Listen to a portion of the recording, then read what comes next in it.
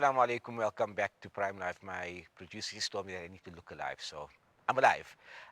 Our next interview, and I'm really delighted to be joined now by Advocate Aslam Bava, who's going to be speaking to us about a very important event taking place this weekend in Polokwane called Towards a Just Peace Solidarity with Palestine, hosted by the Polokwane Muslim Welfare Foundation. Advocate Aslam, Assalamu alaikum. Welcome to Prime Life. Wa alaikum salam. Thank you very much for having me on. I think it's really important that we're bringing such high profile guests for our viewers out there who do not know. We're bringing in Jeremy Corbyn, Dr. Mustafa Barghouti, Ms. Youmna Sayyed, amongst others, who'll be conversing with communities throughout South Africa. I know they're going to be in Pretoria tomorrow, they're going to be in Polokwane on Sunday. Why is it so important to bring such high profile people to speak about what's going on? I think that's a very good question. The reason why such high-profile people are being brought and moving throughout the world is because we see a gross violation of human rights that is being denied, and commercial media, as well as the narrative that is being promoted, is one that goes completely against human rights and, in fact, supports a lie. So there are people at different levels. Here we'll have Jeremy Corbyn, who's a politician from the UK, as well as the fact that you will have Mustafa Barghouti, who is known for his work in the medical field in setting up various medical facilities. And then you have Youmna Sayyed, who is a journalist. So it is multifaceted in the sense that you get a very good sense and you inform various different communities of the manner in which the fight for human rights has to continue. So I think what you mentioned now, I'd like to speak about Jeremy Corbyn. I think a former Labour Party leader in the UK, one of the more high-profile Western leaders who's always been. He spoke out against apartheid. He spoke out against injustices throughout the world. And having somebody of his stature standing up for the people of Palestine when we have so many countries in the world with silent leaders, especially amongst Arab leaders, especially amongst Western leaders. But having somebody of the caliber of Jeremy Corbyn coming here, we know that they've tried so hard to discredit him over the last few years. How important is it having Jeremy here speaking about it from a Western point of view? Yes, so I think it is particularly important. I mean, in a sense, with apartheid, we are home to people who fight for human rights throughout the world. And Jeremy Corbyn has been one such person who has continuously fought for human rights.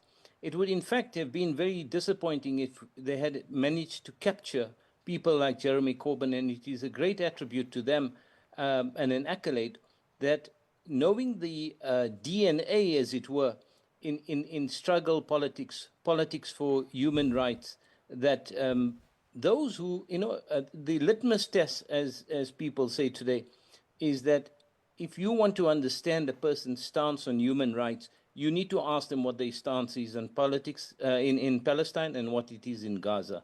And if the person wavers in terms of their support for a Palestinian struggle for freedom, in light of the onslaught that is supported not only by Israel, so just understand this proposition very well, is that it is an entire Western NATO alliance that is fighting against one people and trying to destroy this people.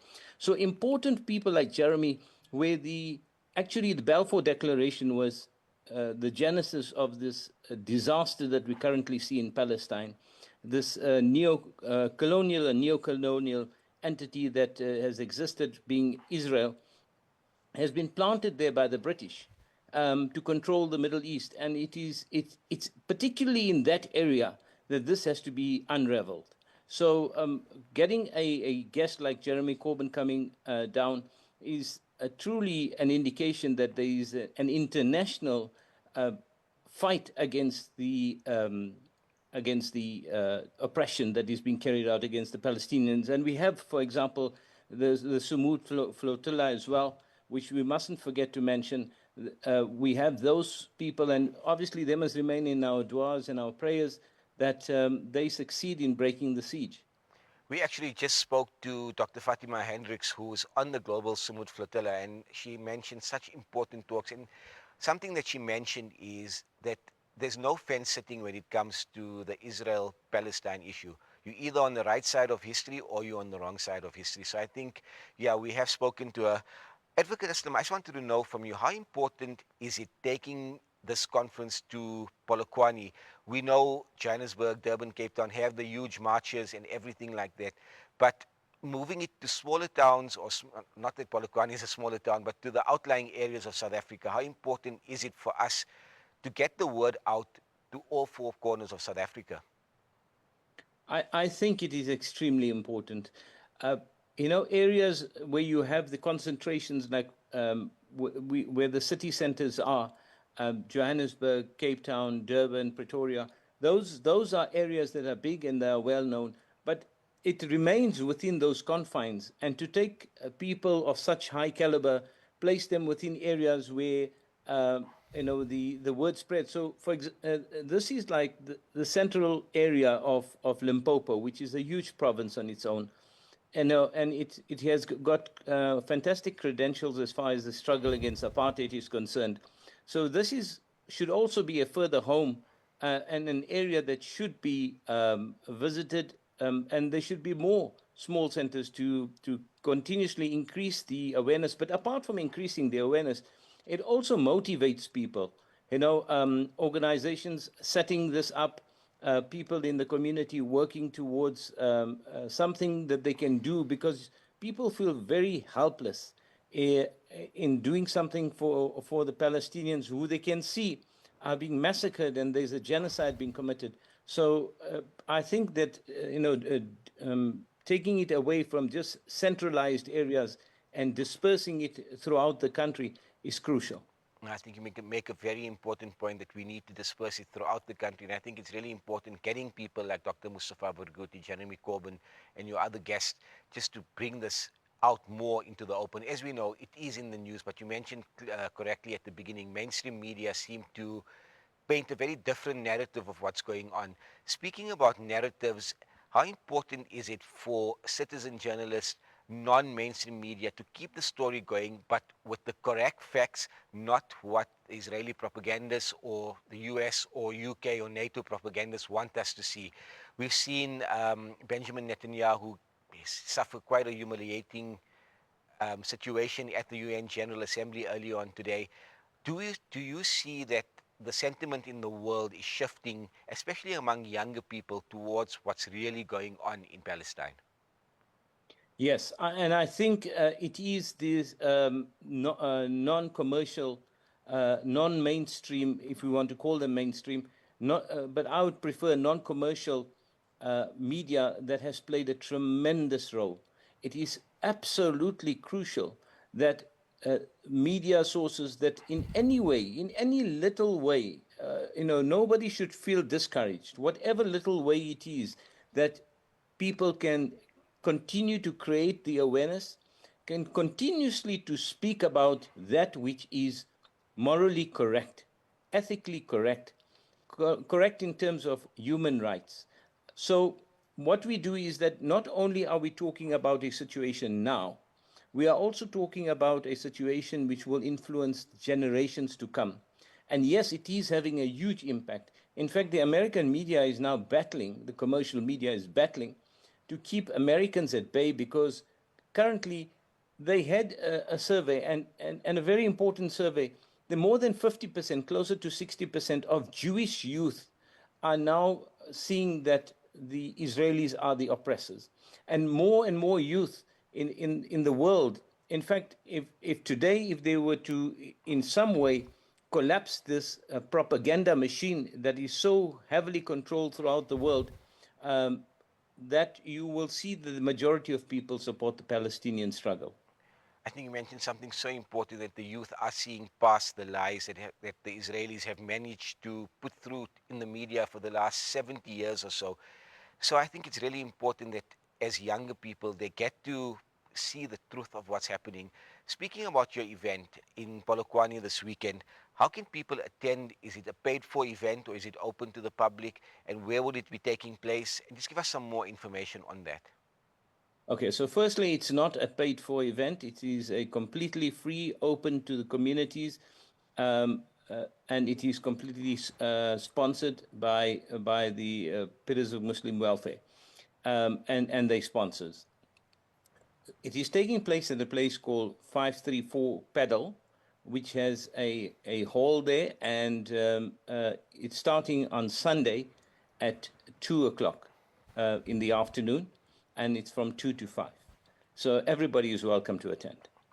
Okay, I think it's really important. I think we need to get this word out to the people in the Limpopo province. I think if you're in Pieter's, Polokwane, Potgietersrus, Nylstroom, all the areas, surrounding areas. I'm just trying to remember the areas that are in that area. Make your way to Polokwane, to 534 Pedal. I think it's so important, and I don't think many people realize the caliber of guests that are going to be there. I've mentioned it so many times. Jeremy Corbyn being here is one of the coups that this organization has managed to pull by bringing somebody of this caliber. And for that matter, Dr. Mustafa Barghouti as well, who we've had the pleasure of speaking to many times on our channel as well. And the journalist, Mrs. Youmna Sayyed, on the channel. So, Advocate Aslam, before I let you go, we see that what's happening in Gaza at the moment, we see it's almost 2 years now of a siege. I mean, Gaza has been under a siege for more than 2 years, but now they've been bombing them for almost 2 years now. From a South African point of view, what can our government, what can our people do to put more pressure on the Israelis to stop this? Because at the end of the day, people are dying in their thousands on a daily, on a monthly, on a weekly basis. I think our government should escalate it. Well, firstly, let's commend the government. It has been the only government the government that initiated the ICJ case. And for that, we will be forever thankful to our government. And what we need to do now is to follow perhaps the route that is now being taken by some European countries as well. South American countries have done it. We need to, our country needs to expel the Israeli ambassador, to cut all ties.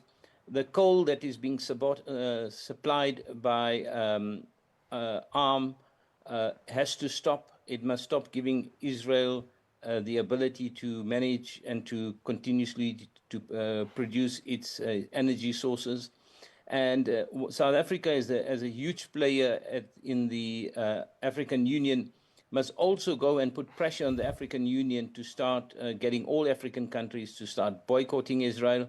And there must be a more concerted effort militarily to stop all contacts, economically to stop all contacts.